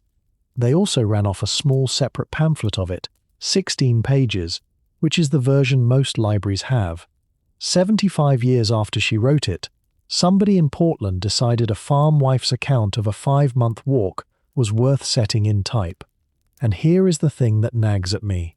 The printed version doesn't contain the songs. The library's description of the original manuscript says the songs are in there. So somewhere between Amelia Knight's pencil and the printed page, an editor made choices, and we know at least one of them. Which means the honest way to say what we've said all evening is this. In the diary as it was printed in 1933, the pregnancy is never named. Whether it was never named in the original, in her own hand, is a question that's an answer, and the answer is sitting in a folder in Seattle under a number, and as far as I can tell, nobody has ever gone and looked. I find that remarkable. One afternoon in a reading room would settle it either way, and either way is a better story than the one you get from not asking. Now, the last thing. The diary sat in the family. It went down through the children, and then it stopped in the hands of the one who had been 2 years old. Chatfield Knight. Chat. The rascal who came round the forward wheel on the 22nd of July and went under the wagon and frightened his mother worse than anything else in 5 months. The child who couldn't walk 20 miles a day. The 28 pounds that his mother lifted over fallen timber and carried down the side of Mount Hood, 8 months pregnant, with one hand held over her nose. He remembered none of it. He was 2. Everything in that diary happened to him, and not 1 second of it was ever his to recall. He lived to be 83. He was a carpenter, and he grew things, and he lived out his life in the country his mother had carried him into.